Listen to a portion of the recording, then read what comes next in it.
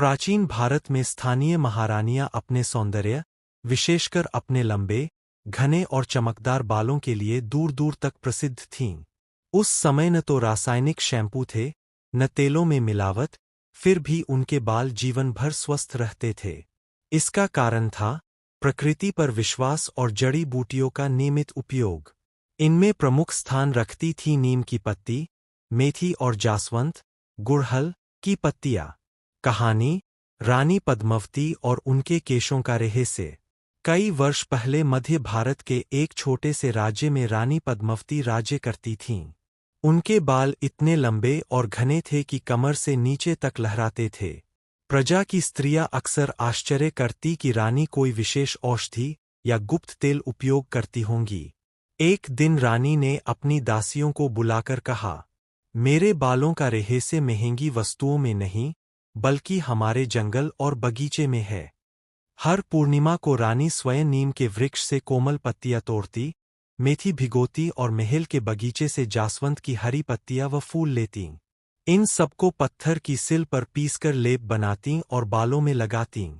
यही परंपरा पीढ़ी दर पीढ़ी चली। नीम की पत्ती के बालों में लगाने के लाभ। नीम को आयुर्वेद में रोगनाशक वृक्ष कहा गया है। लाभ: सिर की खुजली और रूसी समाप्त करता है। बालों की जड़ों को संक्रमण से बचाता है। जू और फंगल रोगों से रक्षा। बाल झड़ना कम करता है। खोपड़ी को ठंडक देता है। रानी का प्रयोग: नीम की पत्तियों को उबालकर उसका पानी बाल धोने में उपयोग करती थीं। मेथी दाना पत्ती के बालों में लाभ। मेथी प्रोटीन और निकोटिनिक एसिड से भरपूर होती है। लाभ: बालों का झड़ना रोकती है। नए बाल उगाने में सहायक। बालों को मुलायम और मजबूत बनाती है। दोमुन्हे बालों से छुटकारा। रूसी को जड़ से खत्म करती है। रानी का प्रयोग: रात भर भिगोई मेथी को पीसकर लेप बनातीं और सप्ताह में एक बार बालों में लगाती थीं। जासवंत, गुड़हल और नीम की पत्तियों की कहानी। प्राचीन काल में भारत की रानी महारानियां अपने सौंदर्य, विशेषकर अपने लंबे, घने, काले और चमकदार बालों के लिए प्रसिद्ध थीं। उनके बाल केवल सौंदर्य नहीं, बल्कि स्वास्थ्य, अनुशासन और प्रकृति से जुड़ाव का प्रतीक थे। उस समय न तो रासायनिक तेल थे और न ही कृत्रिम शैम्पू, फिर भी उनके केश जीवन भर सुंदर बने रहते थे। इसका रहस्य छिपा था जासवंत और नीम की पत्तियों में। कहानी वन आश्रम की रानी। एक समय की बात है, विंध्य पर्वत के पास बसे एक राज्य की रानी देवमालिनी थीं।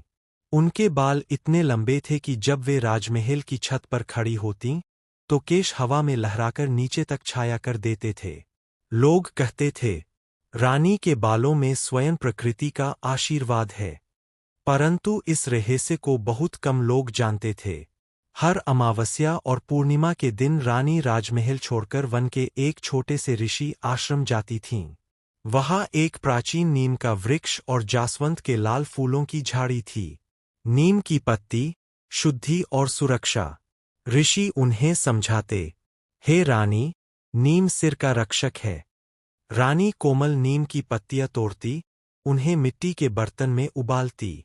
उस हरे जल से वे अपने बाल धोती थीं। नीम के प्रयोग से सिर की गंदगी और रोग दूर होते। खुजली, रूसी और जुओं का नाश होता। बालों की जड़ें शुद्ध और मजबूत बनतीं। रानी कहती थीं, जब मस्तक शुद्ध होता है, तभी केश जीवित रहते हैं।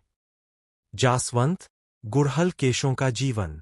इसके बाद रानी जासवंत की पत्तियां और फूल चुनतीं। उन्हें पत्थर की सिल पर पीसकर हरा लाल लेप बनातीं। ऋषि बताते, जासवंत केशों को नया जीवन देता है। रानी उस लेप को बालों की जड़ों से सिरों तक लगातीं और शांत मन से ध्यान करतीं। जासवंत के प्रयोग से बालों की तेज वृद्धि होती। बाल घने और मुलायम बनते। समय से पहले सफेदी रुकती। बालों में प्राकृतिक चमक आती।